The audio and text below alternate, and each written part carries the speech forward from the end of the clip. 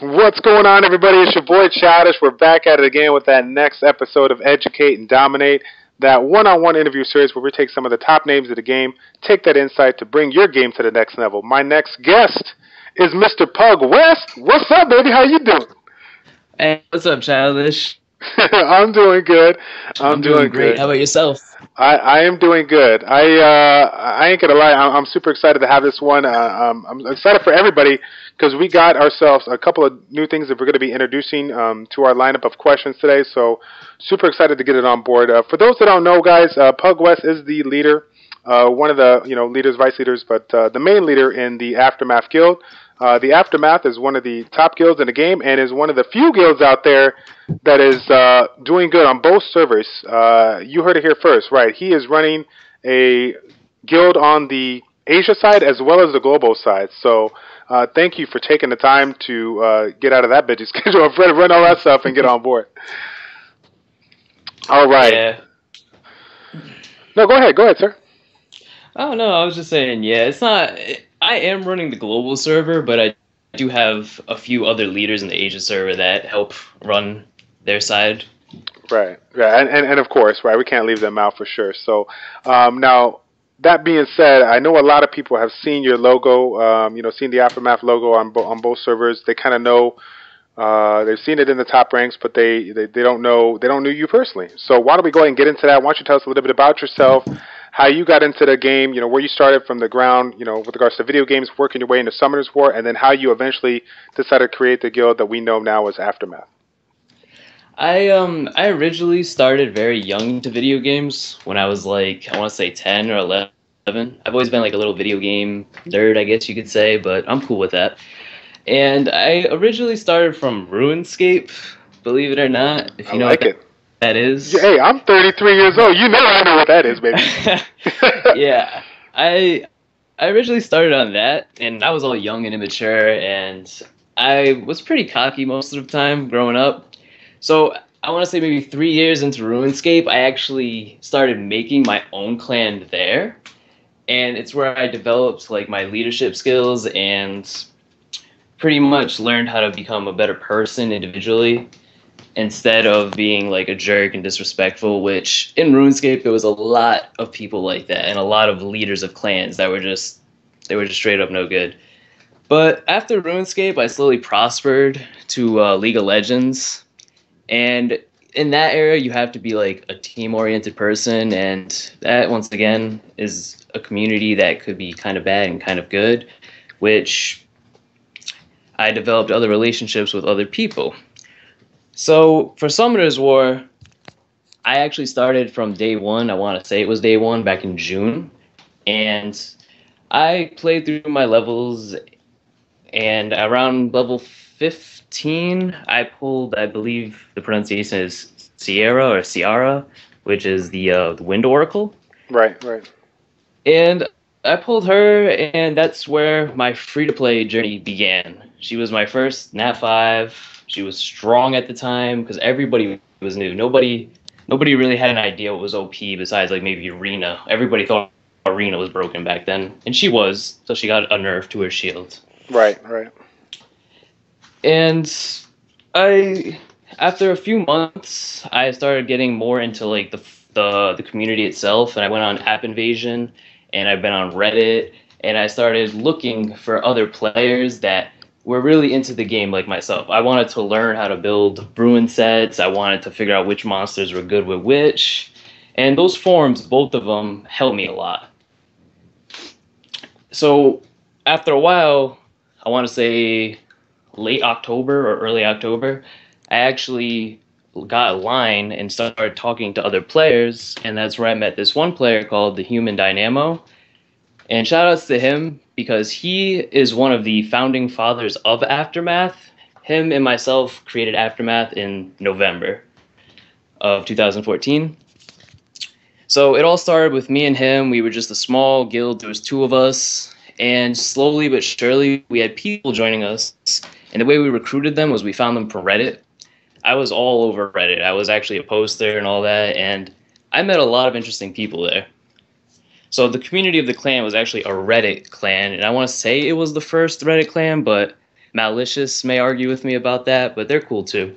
Gotcha.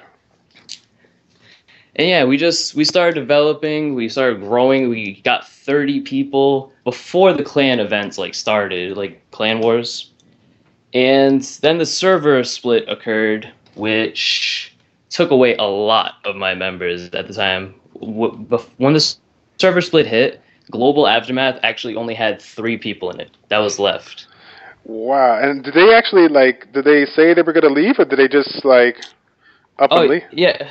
Yeah, I was cool with them leaving. I understood because I do what I can for my guild. I don't care about my own things. I want my players to be happy. I want them to get the most out of this game. Like, of course, I want the best for myself too, but it's, like I said, I play to help them and I play to help myself. So when the server split happened, everybody told me they were going to go to the Asian server, and I was fine with it because they all live across the world. I mean, I'm from North America. The times in global were fine with me. So when the server split, when they left, I had to we had to talk about it, and we had to assign 2 other leaders to Asia, of course, which ended up being Xylixia, I believe that's how you pronounce it, and Isblue, which those are 2 probably people that you may want to interview in the future if you want to get Asia Aftermath. It's funny because I believe Goon mentioned both of those at the end of the video, so. Yeah. So I pretty much tried my hardest to build the guild up from nothing twice, because at the time the Human Dynamo actually went to Asia as well, so I was the only leader left in global. And it started slowly but surely. I got members back from Reddit. I had people that were saying they were looking for guilds, and at the time I was around Conqueror 2, which I still am. I'm like Conqueror 2, Conqueror 3. I haven't got past the highest point because I'm free to play. I'm sure if I was pay to play, I would have a lot of these good monsters that would help me push. Right. So, and here's the deal. Hopefully, you don't mind me talking about this. I want you to be, honest with your fan base here. You're a Conqueror 2 player, and generally you see a lot of top end players or top end guilds. They wave their shiny units around. They wave their runes like, "Hey, you want this? Come on board." You obviously have a unique style when it comes to bringing them on board. What do you feel is some of your strongest assets that motivate these players to come to you and to build yourself a community? I think the strongest thing I have to provide other people is just pure game knowledge. I can tell you what to build, how to set up your arena defenses, because at the time, before Guild Wars, that's all people cared about was the arena. So at the time, there was a lot of people with really good monsters, but they didn't know how to use them. Right. So I helped a lot of people utilize their monsters. I helped them set up what I thought would be really good, and a lot of people actually saw benefits. I've had a few players that were stuck in Conqueror 1, and I helped them out, and they reached Conqueror 3. Some of them even hit G1. So it's just, you just gotta you gotta delve into your own monsters and just think what's the best options. Good deal. Well, let's get right into that, my man. What do you look for when you're trying to set up your, Utopia arena defense and arena offense? Well, in my opinion, the most important thing is to always counter what everybody has, the common monsters. With free to play, a lot of people are gonna have light monsters because back before Veramos came out, everybody had like a Darien, an Amon, a Bella. They all had these monsters that were really good. Those light monsters were probably the best things you could have, including like Arya, the light succubus, which was a Hall of Heroes. Not many people have her. But you have to just think which monsters does everyone have. So they have the light monsters. Then there was Lucians. Lucians is a big deal. Yep. Or Lushan. I don't know how you pronounce it. We say Lucian over here, but we'll go with that. Yeah, one of them could probably wipe out usually any water monster or light monster. But a lot of people recently have 2, and they 6-star them, and those wipe out your whole team. So you have to really either build a Lucian trap, or you have to stack your team with 2 fire monsters just so somebody wouldn't Lucian them. So that's one of the core things you have to build around. Right now, you have to worry about Lucians. You have to worry about other monsters I think it's the Fire Ifrit. I don't remember his name. you have to worry about things like that. Those monsters can wreck your defense. So having like a really strong tanky defense and anti-illusion defense is really potent into order to reach higher rankings. Good. And with regards to your arena offense, how do you go about setting up your team to kind of take on some of these people that are trying to, counter, the typical setups? Well, for my arena offense, because there's a lot of Veramos and a lot of double fire, what I do to like counter it is I always bring a defense break. You kind of need one at this point. It helps all of your monsters stack on damage. And I try to always bring a healer, and I always bring the death break and some CC, because you're going to need to you need to kill the monsters, obviously. You need to stop them from using their moves or healing. So my goal is basically bring a tank team that's extremely tanky but does a lot of damage, and just wipe out monsters slowly one by one. Because if you look at my monsters, I personally don't have any nukers besides Sig. So I'm always stuck in these long tank battles, but I do come out on top. Yep. And again, for those that didn't catch that early on, Pug is 100% free to play. So for all y'all that were thinking you were going to see, 17,000 natural 5-stars, nope, he's getting the job done with a nice handful of farmable, fusible, and a wide variety of nice, unique units. So that's awesome, man. Good deal.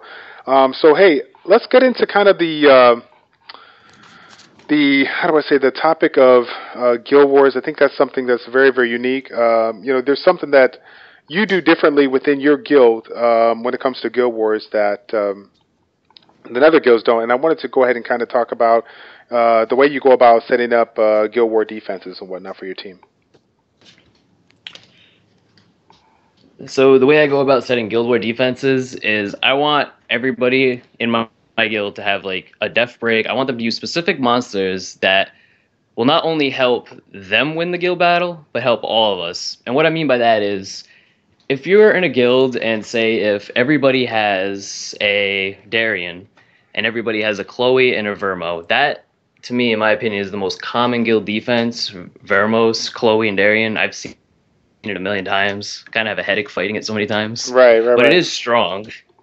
So, like, for example, like that, if everybody in your guild runs that one same defense, and say if another guild can't beat that one defense, then there's a lot of people that are going to have a hard time fighting that one defense and beating you guys, because they'll be forced to either lose or draw. So in my guild, I try to help them set up monsters that not only win it for them, but win it for each other, like I've said previously. So, like certain setups, you could say we have traps, which you could use like speed traps. Not many people run speed monsters on defense, because whoever has the fastest speed monster will usually win, and it's not really a great idea to do, but it does work if you have the right tools. Gotcha. And let me kind of add into it right there. Would your Chloe be a unit that you kind of fall in the speed trap? Because I notice her speed is a little bit lower than typical Chloe's. Well, my Chloe is, I don't want to say unique, but she is unique. Her intention is not to be fast, but that Chloe actually deals more damage than probably... She can deal more damage than probably half the monsters in the game, and I can explain why. Her first skill scales off max HP, and that skill, because it scales off max HP, when you combine it with HP, crit damage, and HP, it can hit like a truck. My Chloe, personally, she doesn't have any skill ups in her first skill, but she hits 8,000 on Death Break on crit as a Chloe, and not many people expect that. Right, yeah, that's pretty crazy. I ain't gonna lie. I saw that. I'm like, whoa, we definitely got to talk about that unit right there. Holy cow! So I mean, and I'm hopefully I'm not assuming here too much here, but are you kind of combining her with Ciara to get the, or not Ciara, but are you trying to combine it with another unit to provide you the additional crit rate, or do you find that she just 30% is just critting all over the place? Well, that's the thing. Like, to me, I think 30 to 50% crit is good enough, because the way the game mechanics work, if a fire monster fights a wind monster, they gain an enhanced, I believe it's 15% bonus crit. So I believe that's how it works. I don't want to confirm it. It's kind of sketchy. That sounds about right, though, yeah. Yeah, so she'll basically have plus 50% crit against the monster she's supposed to kill, and with all these people running around with Lucian, they're not gonna think, oh, it's just Chloe. She's gonna be fast and heal and shield my team. No, my Chloe's gonna kill your Lucian. So Nice. it's a good trap. Yeah. And because I don't have like a crit leader, because I'm free to play, I should say, I don't have many monsters to give my bonus crit rate. But if I had Camilla, I would definitely use her as a leader to help them. Good deal. Yeah, that's pretty unique. While we're kind of in this section here, before we kind of get into the Guild Wars, is there any other unique units that you kind of have set up here that are definitely far, different than what most people kind of run them? And if you want to go ahead and explain them, if any. Unique units that I have set up currently. Well, Ariel, he's not really that unique, but he also has the same type of build as Chloe. He has the def, crit damage def, because his first skill also scales with defense. So he also can hit up to 8,000 to 10,000. Actually, one of my guild members, Riche, his Ariel hits 13,000 on def break, and it's just crazy because, like I said, people are going to run Lucian into these mobs and think nothing about it, and they're going to run all these other monsters thinking, oh, this is an easy win, and they're just going to get whacked by really hard hits and lose their offense. Gotcha, but I mean, with regards to like the Lucians and stuff, I mean, if they're ignoring defense, and you're putting so much effort into bringing up defense, isn't that make it a little bit easier for them, or do you have something in the background that I'm not seeing that doesn't allow them to get the job done? Well, that's the thing. You should always, when strategizing for arena defense, bring that double fire I was talking about. Right, okay. So if you can bring, like, I'm sure Barian does it himself. His defense is, I believe, 2 fire monsters and a Praha. That's a water monster that a Lucian would eat up. In fact, I think any Lucian could probably one-shot his, because it doesn't have that much health last time I checked. But because he has 2 fire monsters, they'll immediately kill the Lucians, and there's no point in bringing a Lucian. It's basically like you can't do it unless you want to lose the offense. Right. I like that. That is really good. So, I mean, that makes me think so much more outside the box. I'm really glad that we brought that up because, the first thing I was thinking, I was like, whoa, that's going to be so susceptible. But like you said, if you have the fire monsters in there, they're not going to sit there and try to gamble with Lucian in there. That's cool. I like it. So, all right. So, a really cool thing, guys, that we're going to go ahead and bring to you today.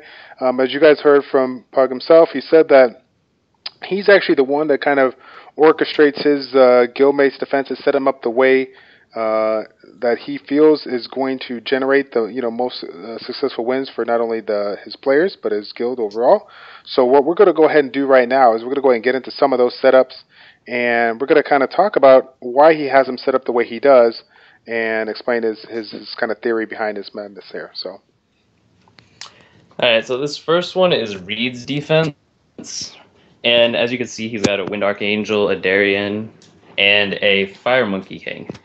So that first defense right there, it's very tricky because his Wind Archangel could also be ruined with def, crit damage, and def, and hit hard. And he has 2 def breakers on his defense. So not only, you can't bring Vermo, because if you bring Veramos for the Darien, the Fire Monkey King will have his own def break and start def breaking other targets, and he hits hard as hell. Like, let me tell you, that thing has thrown me off so many times. They're just extremely strong, and if you manage to kill one, you have to worry about the Wind Archangel reviving him. So you're pretty much stuck killing the Wind Archangel while you're getting hit by Darien and the Fire Monkey King, and it's a lot to handle for a 3-man team. Gotcha. His second one has the Vermo Chasun Jubella. And Jubella is probably one of the new flavors of the month. He's really good. And most people ruin him with full revenge. And so when you're fighting that defense, you can't really bring a light monster because there's 2 dark monsters. They will be targeting the light monster. And Jubella, he hits like a boss. Like, him and Vermo can just straight up take out probably any light monster just on their own. With Chasun, given the heal and the attack buff, she helps a lot too. Good deal. And do you remember If for his Fire Monkey King, do you remember how you had the rune set up on that? Is he running like a hybrid? Is he going just attack, crit damage, attack, or? I think I'm pretty sure his Fire Monkey King is on Violent. I want to say Violent Revenge or Violent Blade. That way, he can just spam out more attacks and more death breaks. Gotcha. Yeah, makes sense. Good deal.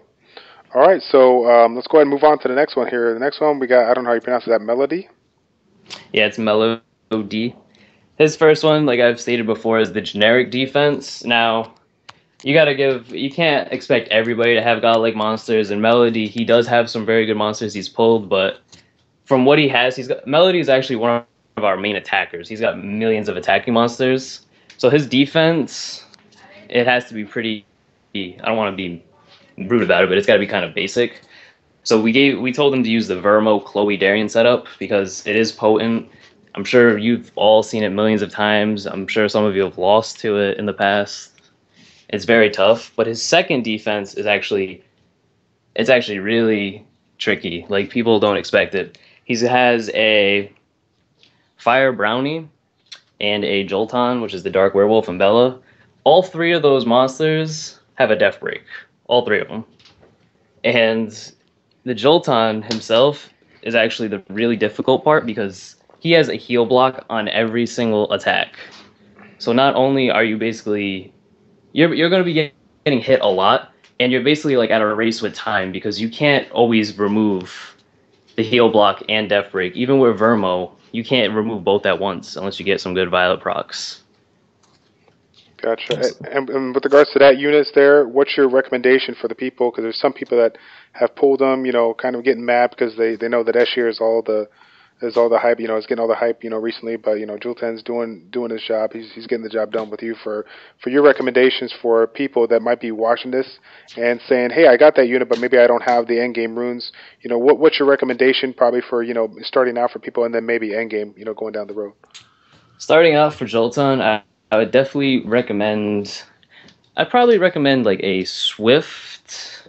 I would actually recommend the Spare build. Just because he has so many debuffs off the start, you could add a third debuff, and that just makes it so much. It makes it so much more of a hassle to deal with. So if he procs the Spare, plus Death Break, plus Heal Block, all in one attack, that's a lot of things to remove, and your unit can't do anything about it. So for him, I would probably recommend the Spare Blade for early starters, and for the end game, I would definitely recommend Violent Blade or Violent Revenge. Cool. Awesome. And I think I probably cut you off there. I apologize. Was there anything else you wanted to add on this second team here? Not really. Besides the third defense, they might not be like, although it's really good, they might not be as scary as I made it sound to be because they all do require a certain type of accuracy to land all of their attacks.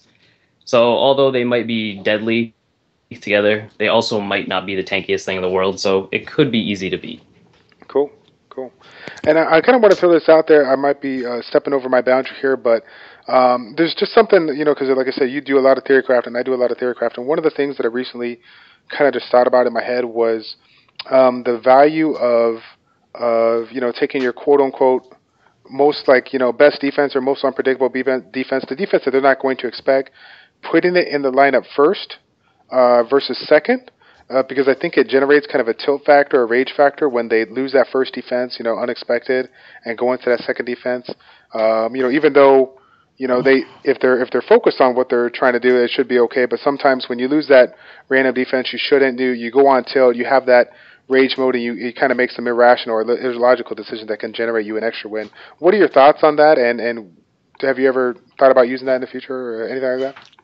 Oh, of course. I think that what you're saying is actually a great idea because I've lost my first attacks and I've gotten frustrated and accidentally messed up my second attacks on the second defense, like throwing out attacks I shouldn't have at wrong monsters. So yeah, if you start losing defenses right off the bat, you will get frustrated unless you're a really calm and relaxed person. So it is a good strategy. It does work on people. It's worked on me. Yeah, and as I said, the only reason why I bring it up is because I'm the one who gets into that first fight, like, oh man, I'm gonna wax that dude. And I went that fight, like, what the shit happened? And I start clicking quicker without thinking, and I'm like, oh my goodness. But yeah, I don't know why I didn't think about that sooner, but yeah, I'm glad that you kind of agree with me. I figured since we're talking about the Guild Wars stuff, I put it out there. So, but yeah, back to you and this next setup, KGB. What we got going on here? All right, KGB, in my opinion, has one of the awesome setups. I really love this setup. This first one has Escher, Jubel, and Chloe. So, as we all know, Escher, he wrecks. That monster does so much damage, and he's got his own buff removal on his third skill. Not many people realize that because you don't see it happen too often. But he could remove buffs and still slam a monster. And just like Jolton, he has his own heal block, so bringing a healer is difficult. And because there's Jubel on the same team, it's basically another Darien, but he's just going to hit random monsters. And since Escher is also light, he will follow the Death Break. Even if it's on a fire, water, or wind monster, he'll follow Jubel's Death Break. So the best thing to do here is to have your Jubel be faster than your Escher and have them like 1 speed apart. Having 1 speed apart actually helps a lot, and not many people do it. But when you have a monster that's like 1 speed apart, it helps basically get the attack without fail, and it helps get the nukes right when you need them. Cool. And with regards to the kit, as far as Escher goes, if I remember correctly, because I know some people don't know this, his second attack with a speed buff, is that a skill that is like Chasun's, where the buff kind of goes on whenever she feels like it, or is it one that's kind of generated or utilized kind of like Bella, where once his hit point gets low, it's kind of like a fail-safe device?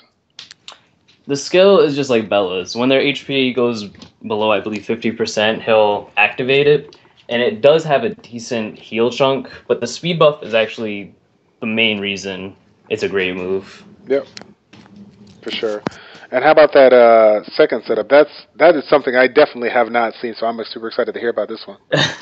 All right, the second setup is the infamous Camilla. Everybody knows about her. She's really good. And then you have Bella, which everybody knows about, and she's got the Death Break plus Camilla. And the Camilla is really tanky and does a lot of damage. So with Bella plus Camilla, you're whacking people for 15k alone.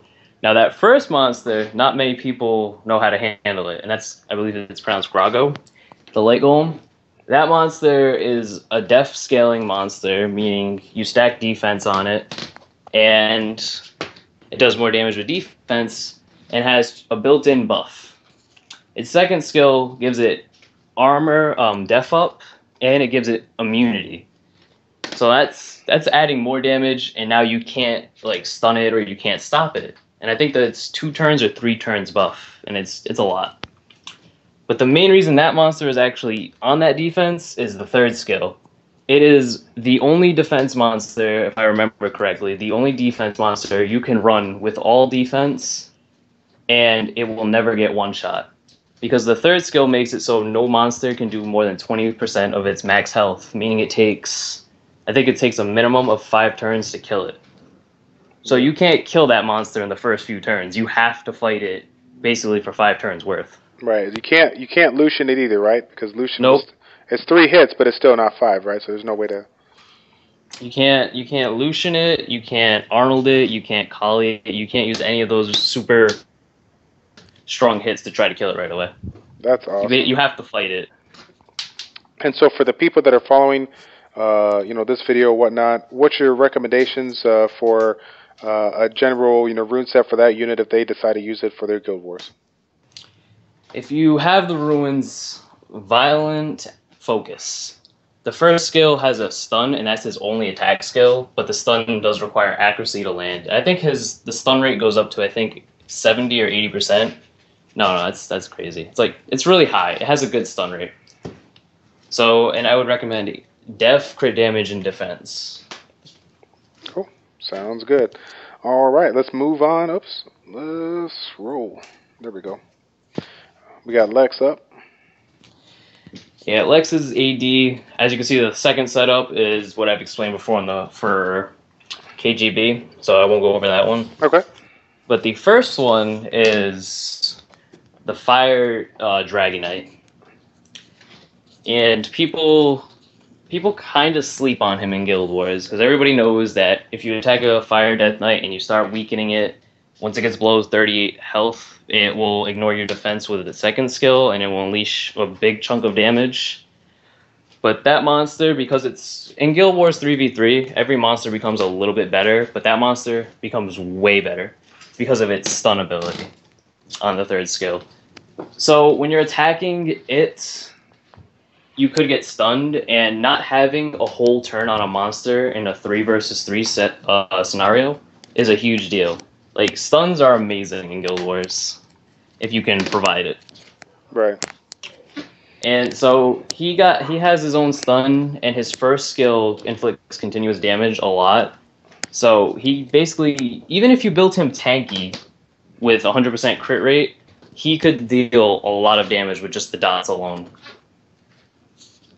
That's crazy. That is crazy. Yeah, that's a nice unit. I actually just fought, I think Slaya, who was originally from Nova, had a Fire Dragonite and just made me look stupid. I mean, I love the unit. I love the kit on it. It's really, really, really good. So, yeah, really, really nice unit here. And so, of course, we already talked about this one. Now let's kind of put a guessing game for these people. We'll have them, guess in their heads. But talking about what we said as far as unpredictability and to generate that rage factor, which one of these two teams would you put in the first spot? Which one do you think that would give them the fighter more problems?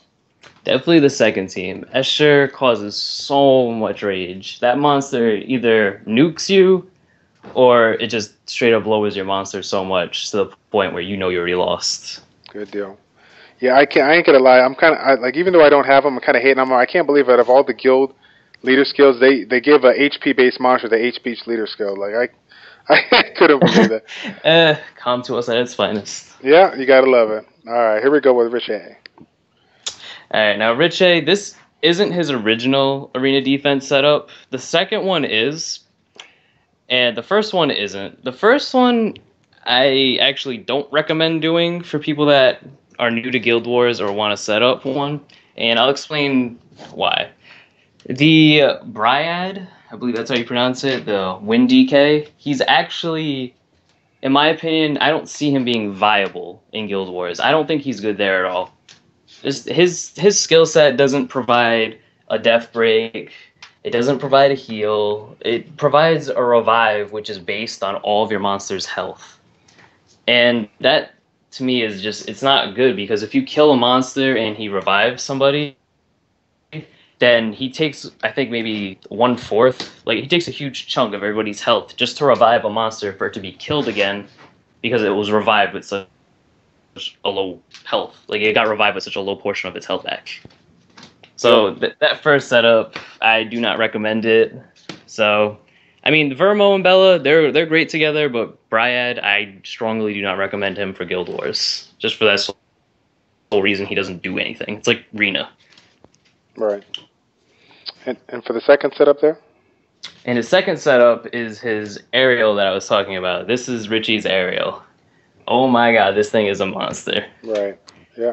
It's going to work out good because no Lucian's going to come at this since you got Chloe in there, so he can just take down the house. And it's funny because you really, I mean, it's kind of the typical setup, right? No one, like, everybody builds a high hit point area, right? It's just kind of a heal battery, right? And so having the ability to do your heals, but then provide, and damage without the risk of, losing the unit with units out there that, ignore defense. That's a pretty unique setup. I ain't gonna lie, I've never heard that before. So props to you or whoever kind of figured that one out. Really nice combination. So.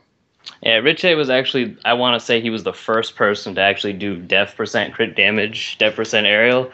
We all knew about it. We knew about it since like December, but none of us had the ruins or the amount of free time to test out the build. But he's the one that I want to say initiated the water defense aerial build. Cool. But that defense right there, it's just like Vermo, because once people start getting Jubel up, I expect to see a lot of Vermo, Jubel, Chloe defenses in Guild War. I think that's going to be the next big thing for everybody to do, since 2 out of 3 of the monsters are free to play. And that setup right there, you actually cannot Lucian it even if you wanted to, because Jubel has a built-in 30% crit rate reduction on his third skill. And it's 50% crit rate reduction. Yeah, on his 3rd skill. So even if you were to do it, you would maybe kill the aerial, maybe chunk it down. But Jubel and Chloe is enough to actually take down monsters. And it's not all about winning just the whole guild war. Like, you don't have to win every battle. You have to at least have a setup that takes out monsters from the attacker. Right. A big tip right there, guys. You take out a couple of units, you force them to domino effect into multiple losses because they don't have their main units to allow them to get the job done in their future fights. So, big tip there. Cool. Well, how about Draken here? Okay, now Draken, he's got a Arnold, which is being seen a lot more in defenses. I've seen it a lot more for some reason in the top 20. And I may say for some reason, but I think the real reason I see it so much is because Arnold has such a good heal block proc rate. A lot of people always bring a healer as like a fallback in their offense in 3v3s. They always bring 2 attackers and a healer. That's what a lot of people like to run so they don't lose their offensive monsters. So when you have Arnold in the mix, he'll just deal his damage, he'll do his normal thing, def, attack debuff, but then he'll also heal block people, and that's the real key reason he's there. His defense, the first one it's hard to kill because Jasun heals everybody, and you can't debuff it because of Vermo, and then you can't bring a healer really because Arnold will mess up all of your heals. So that defense, it's another tricky defense. Yeah, pretty darn cool. And then the Jameer Perna setup, I mean, that's obviously Jameer with Perna is definitely a very, very nice thing to have the ability to reset that 3rd skill. So nice little failsafe device. So yeah, it's pretty basic. I think it's easy to understand. You have a depth break, you have Perna deal crap ton of damage, and then Jameer resets everybody, and it's a never-ending cycle of more damage. Pretty darn cool. And obviously a little extra speed on Perna don't hurt nobody, right? No, Perna with speed is really damn good. Uh-oh. I think I see somebody that I've seen before. Uh-oh. Goon. Alright. Here we go. Defense. That first defense, I have no idea what he's doing. I love it. Like, ladies and gentlemen, I have no idea what he's testing. But I can't hate on it because the way I see it is the Wind Udine or Undine is actually very good. That makes sense to me. You could run that in Guild Wars. She's got immunity, skill reset. She's a great monster. The Water Pirate, I don't know what the hype is about these space pirates, in my opinion. I don't like them. I think if you want to run a monster like that, you should just run Jubella or Darien. But all they provide is a def break. And that fire monster, I actually have not looked too much into, but a lot of people say he deals a ton of damage being attack-based. Good deal. Yeah, and I think that's how we actually got his set up. So I know that we just took so the people that are watching this, they're seeing this a week from now, but I just did the video on Goon, and he actually has his set up as a more tankier setup with regards to this support unit. He's not focused on damage. He just focused on, landing the hostile effects and staying alive long enough to provide the support and the buffs. So pretty cool. And then that second team, man, that's just sick. Yeah, the second team is great. You got you have 2 def breaks, so if one's resisted, you're gonna get hit. And Perna, of course, everybody knows Perna by now. She hurts. Yep, she makes it rain. Makes it rain fire. There you go. Awesome. Oh, is that our last one? I think that's our last one. Yep. All right, cool. Let me get back into the game. Let's see here. So this is probably where we take the time to talk about that biggest epic fail you've ever had. So it's time to get it out there and let people know what's the worst thing you've done in this game. Since you already have heard a couple of my epic fails prior to recording this. So I got 2 epic fails for you. The first epic fail, it's maybe not that epic, but I think a few people did it, is when we had Jolton as a free monster from the monthly event, I foddered that away. Ooh. Like, that was dumb. If I had that monster, I would have 6-starred him already. I would be using him. And the second fail is when I thought, back when I was a noob, that Devilmon's stacked, and I started fusing them together, thinking I would get more skill ups out of just one. Oh, So I lost like maybe 4 or 5 of those, God. and it was horrible. Oh, you made my stomach kind of churn a little. Oh man. Oh, you got me there. I wasn't expecting the Devilmon one. That's rough. But I ain't gonna lie. I seen some nasty stuff in this game. I mean, every time like that power stone, the power up stones, man. Every time it's just amazing how many people want a +15 a 1-star rune. It's just you gotta cringe every time you see it. Oh my goodness gracious. I don't understand. Like, I understand. Maybe the 5th slot one, more HP is always better, but 1 and 3, you should never 15-star. Never. Right. So right on. Let me ask you this real quick before we kind of get into the shoutouts and whatnot. Is there anything, any other kind of just basic tips, whether it's through the game or whether it's through guild management, guild recruitment, whatever? Any other kind of basic tips that you want to kind of provide out there for your viewers? Always take care of your guild members. Always take care of your guild members. You never know, like, one day your whole guild could leave. And then what are you without your guild members? You need your team, they need you.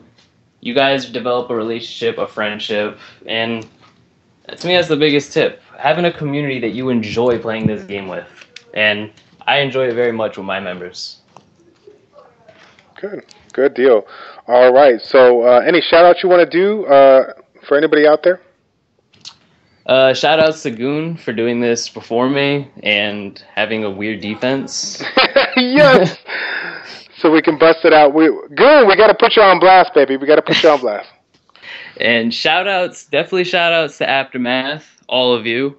Special shout outs to Aftermath Asia for holding their own in the top 3 weekly. Those guys are beasts. And shout outs to all the viewers for watching this and supporting Childish. Thank you so much. And if you had anybody that you wanted to call out that you felt that was knowledgeable and could provide some insight to the game for our viewers, who would that person be and why? I want to say maybe you could get Merved from Malicious. Ooh, we caught you there, baby. We've already done Mev. Oh, so yeah?